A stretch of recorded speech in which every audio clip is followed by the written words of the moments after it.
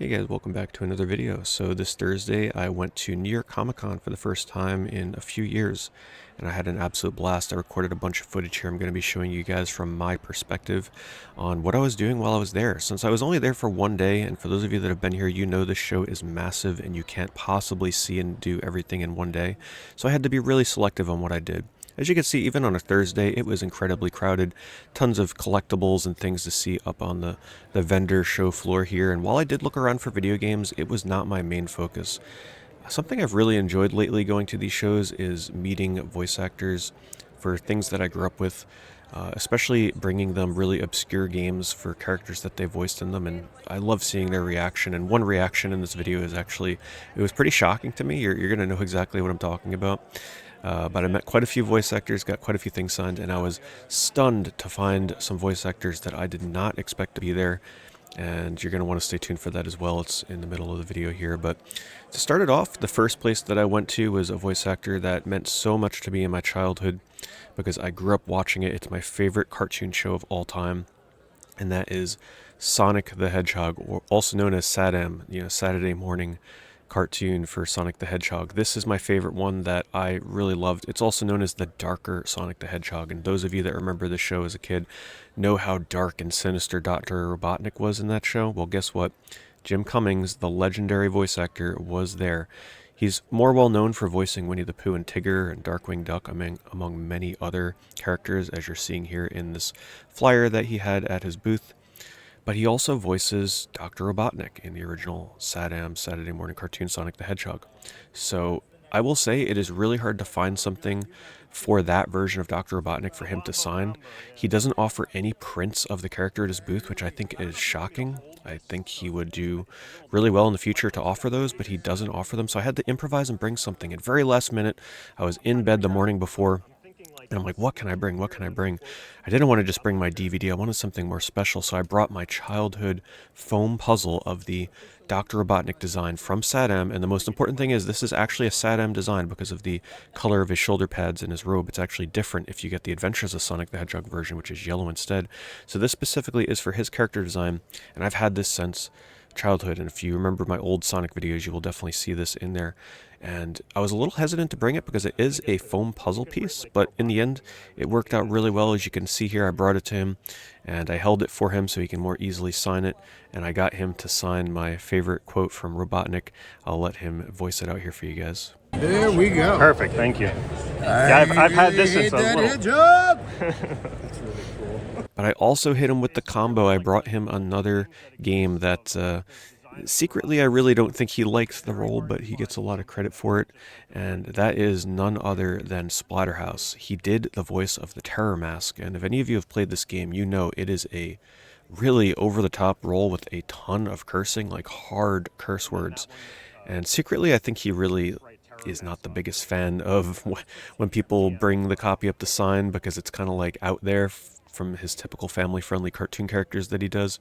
In fact, he won't even sign the name of the character. I said, oh, if you can just write Terror Mask on there. He said, oh, I do TM. So he abbreviates the name. He doesn't even like writing the name of the character, but that's fine. I was really appreciative of him to sign that. I think I've signed every single one of these that was ever sold. Now, How many do you sign about, like, per convention? maybe 4 or 5 every day. Every day? Wow. Yeah, can't believe that. It's a popular game. It is. It's a Very good one. You popular really game. make this game what it is, so thank you for that. Thanks. Thank you very much. My pleasure. Have a good one. Thank Thanks, you. man. Thank you very much. All right. I just think it's crazy how the voice of Winnie the Pooh also does one of the most vulgar voiced characters in gaming in the Splatterhouse remake. Anyway, from here, I decided to look around the show for a little bit. Admittedly, I knew I was going to be waiting in line to have a lot of voice actors sign some of my things, so I knew I wouldn't have too much time, but I did stumble upon this really cool booth that was selling Sonic keychains, and they had Sonic mystery keychains, so I went ahead and picked some of those up. If you spent a certain amount, you would actually get like free additional keychains, and you know me, Sonic collector, I couldn't turn that down. They also look pretty amazing. I'm actually going to upload a video with a bit more of an in-depth look at the booth, as well as unboxing the mystery, not keychains, pins, rather, to my Sonic the Hedgehog channel. Some of you may remember my Sonic Collectibles channel. Well, I'm going to upload an additional video there for you guys to check out, so be sure to go watch that if you want to see more of these and see which ones I got, see if I got any of the super rare chase pins. But moving on, I was on the hunt for video games, and there were a couple of booths with games there, but it was nothing out of the ordinary.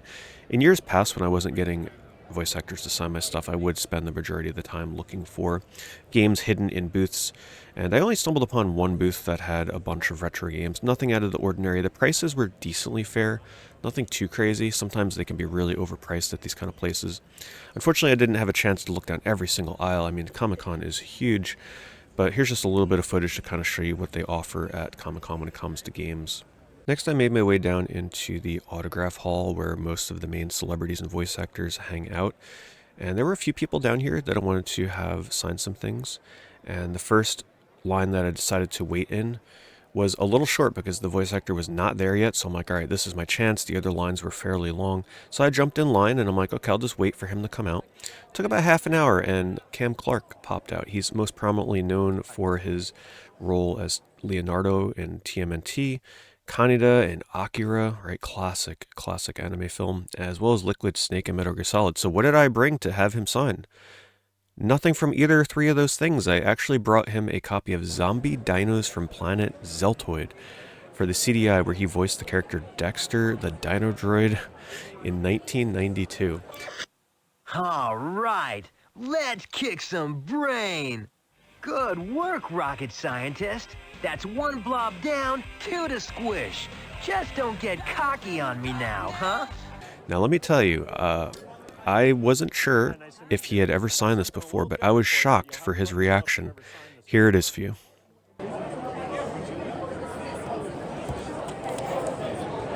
What is this? So this is from 1992. You did the voice of Dexter, the Dinozoid. Was this a game? That was a game. That was one of your earlier projects. You did Monkey Island, and then I think 2 years later you did that character. 92. Yeah, see, this came from Blockbuster in 1994. I love that you still got the sticker. Yeah, I know, I love that. It had cards? So it was actually like stop motion animation, and your character, I think, was like a puppet. Like This a little guy film, right here. Not an anime. Like an actual puppet. puppet. Yeah, let me see it. I don't know if they have a picture of him. They don't. I figured you probably hadn't. Did this do much business? No.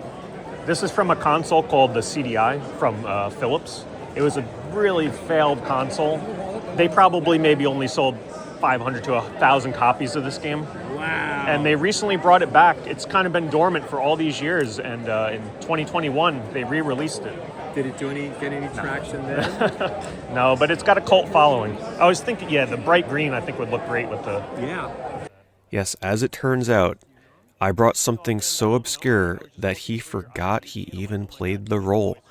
I don't blame him. I mean, this is 30 plus years ago, and it's a very, very obscure game. He was like, "Is this a video game?" You can hear him, and yeah, it was. I was a little shocked. I thought he would have, like, his face at first told me that, oh my god, like somebody finally brought in zombie dinos. I can't believe it. But he was like, "What is this?" And he does a lot of voice acting in the game, so I thought that was so hilarious. I actually I said, hey, take a picture of this. You can check it out when you're done here. So if anything, mission accomplished. I love seeing voice actors' reactions to games that people don't typically bring in to have signed, and I love the fact that I finally brought in something that a voice actor had no clue that they had even starred in. This was right after he did his first video game role in Monkey Island, I believe. So I thought he would have maybe remembered, right? But no, he had no idea, which I thought was great. So hopefully he watches, or rather remembers to check it out after he gets out of New York Comic Con and is like, wow, that's so cool, and appreciates the fact that I brought this down for him to sign. All right, there were a couple of other voice actors down here that I wanted to get stuff signed for, but the lines were extremely long. So after that, I decided to go back upstairs into the vendor hall and just look around a little bit. And I was shocked to find a little section down a little aisle with some voice actors that I was just, it made the whole trip totally worth it. Wait until you guys see this. It's absolutely incredible. And you're going to know how awesome this was for me. As I rounded the corner, I found a small booth with original voice actors for Sonic the Hedgehog. Oh man, I was so elated, but at the same time I was so disappointed because if I knew they were going to be there, I would have brought my copies of my actual Sonic games for them to sign. Luckily though, they offer really nice prints to have signed as well. But among the voice actors that were there were Ryan Drummond, who is known as the original Sonic the Hedgehog voice actor from Sonic Adventure. Now, this is really, really big because if you remember, Sonic Adventure is the first game to have a fully voiced cast of characters. So this is really the first time that Sonic was truly given a personality and a voice. Yes, he had voice acting in the past, little bit snippets here and there like in Sonic CD. But when it comes to like a full-blown production with giving a voice to the character, this is the guy that represented Sonic for my childhood back with Sonic Adventure or with the Dreamcast. So that was just so amazing to find. Ryan voiced Sonic from 1998. Of course, they recorded the voice before the game was out in the US to 2004. Here's a little snippet of him signing the prints there that he had. And while I was recording footage as I got everything signed at every booth I was at, I would never ask the voice actors to say something for me because typically they do charge money if you want to get like a selfie or if you want them to like do a video recording for you.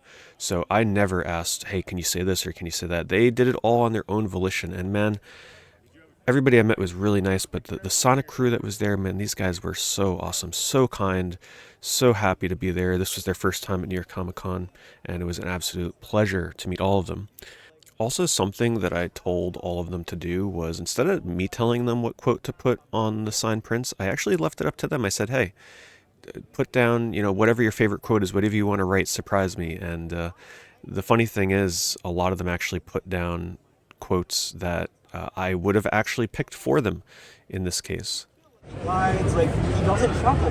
That's the thing. Doesn't chuckle, unlike Sonic. All right, awesome. Thank you so much. Oh, yeah, Pete. This is happening. Let's go out for chili dogs. That's my favorite character design. Thank you so much. Nice to meet you. Nice to meet you. Yeah, you bet. Next up, right next to Ryan, was Scott Dreyer. He was the original Knuckles voice actor from 2001 to 2004, most notably for Knuckles in Sonic Adventure 2 and Sonic Heroes.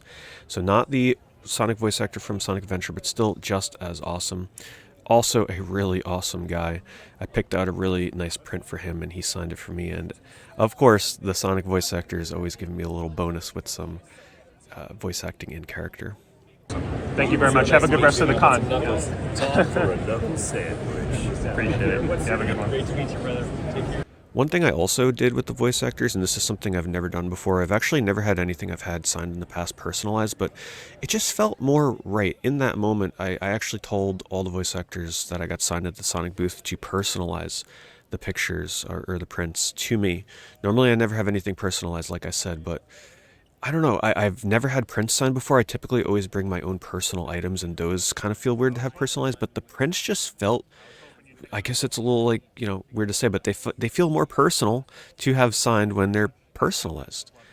And so I told all of them to actually personalize it to me because I'm never selling these. I'm never getting rid of them. And I don't know, it just felt a little more special. Let me know in the comments below, when you guys have something signed, do you have it personalized or do you just have them sign their name with the signature and maybe a quote?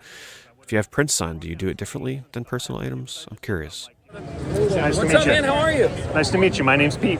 Pete, oh, is it really? That's a good name. Next up was Pete Capella. He was really funny, really awesome guy, and he was the original voice actor for Silver from 2006 to 2010 with some really...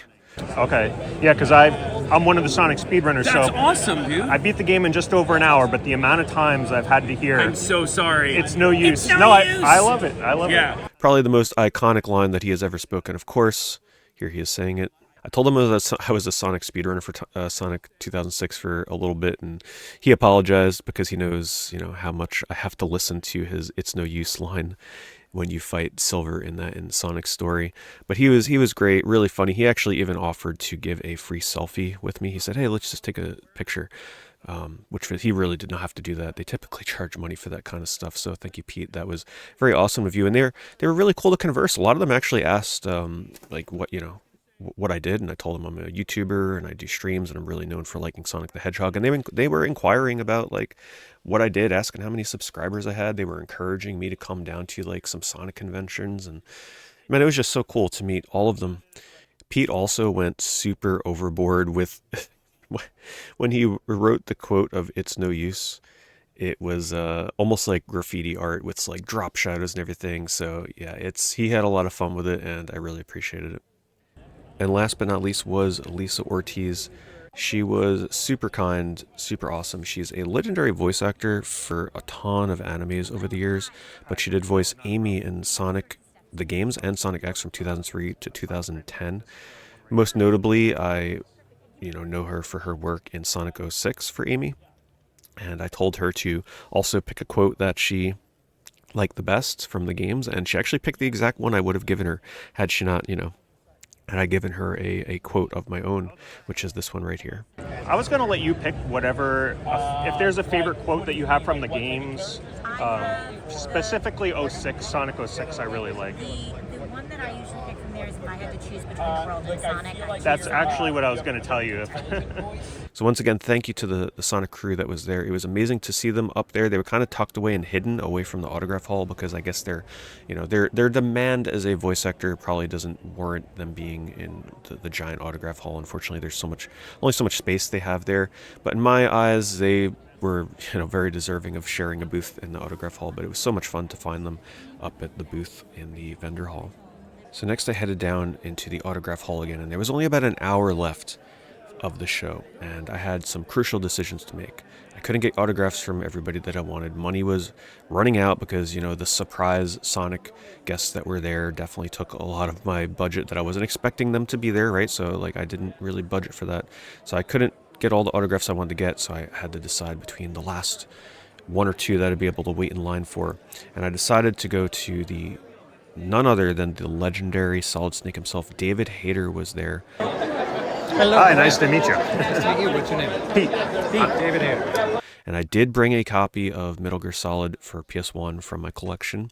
And while I may not be the biggest fanatic of Metal Gear Solid, he is a legend. I mean, how can you not get a copy of Metal Gear Solid signed when Snake himself is there? It's like the next biggest thing to getting your copy signed by none other than Kojima himself. So the line at this point in the day was a little shorter than earlier. Earlier in the day, the line was gigantic, and I was not going to wait in that line because as much as I love Metal Gear Solid, I wanted to kind of just shop in the vendor hall a bit with that time. But coming back later, I had to wait about maybe 45 minutes, 50 minutes, and I was able to meet him, tell him that, hey, I'm still kind of new to Metal Gear Solid. I still got a lot more games to go through in the future, and he was really awesome. It was towards the end of the day. You can definitely tell the voice actors were getting a little tired at this point, but he gave me a little voice sample. It really brings it to a whole new level, so. Well, thank you. Hey, you're pretty good. Appreciate that very much. You have a good one. And then it was time to move on to the next voice actor. I took a shot. It was like 6:15, and it was about 6:30, and the show floor closed at 7, and I got in line for Liam O'Brien, who is most well known probably for voicing Gaara in Naruto, as well as many other voice acting roles in anime and video games. But I brought specifically for him to sign a copy of Asura's Wrath, because he is Asura in Asura's Wrath. And I have to say, the funniest part of all this is he voices one of the angriest, if not the angriest video game character I have ever heard in my life. But he was one of the calmest, most chill, and probably most tired at that point in the day voice actors there. He was so calm, so relaxed, and just so, like I said, probably very tired. It was just kind of surreal to meet Asura himself, who's known for screaming and yelling the entire game in anger and just being one of the most relaxed and chill people in real life. So he did sign my game. It was a little hard to find a color to sign with. He was originally going to do it in black, but I recommended, hey, let's do silver and gold. Unfortunately, at the end of the day, it probably wasn't the best choice because it's a little hard to see. The cover's kind of busy, so even black, I think, would have been a little hard in certain areas. But at the end of the day, hey, that's all that matters to me is the fact that it was signed in person. I don't care if it's super hard to see. At least I know my copy's signed. It looks cool in the silver and gold as well, and I did have him put a quote from the game. I will have my vengeance. They did actually charge extra for. I'm not the biggest fan when small quotes like that you're charged extra for, but it is what it is. It's super unique, and it'll be in my collection forever. And that wraps up the day. I hope you guys enjoyed my one-day outing to New York Comic Con. It was very busy, very tiring, very exhausting. It's a lot of running around making sure that you're, getting to the autograph spots at the right time where they're not like doing a panel or on a break. It's a lot of standing. I did way more standing than walking, and man, standing is rough compared to walking. I don't mind walking all the time, but man, the standing in line gets to be kind of killer after a while. But man, it was an awesome time. I really love meeting voice actors for characters that mean a lot to me, and I do encourage you guys to make your way down to conventions like this and go meet voice actors for your favorite games or shows or movies and stuff. And the more obscure things you can bring them, the better. Sometimes it's awesome to see their reactions. And anyway, thank you guys for watching. I'll see you in the next video.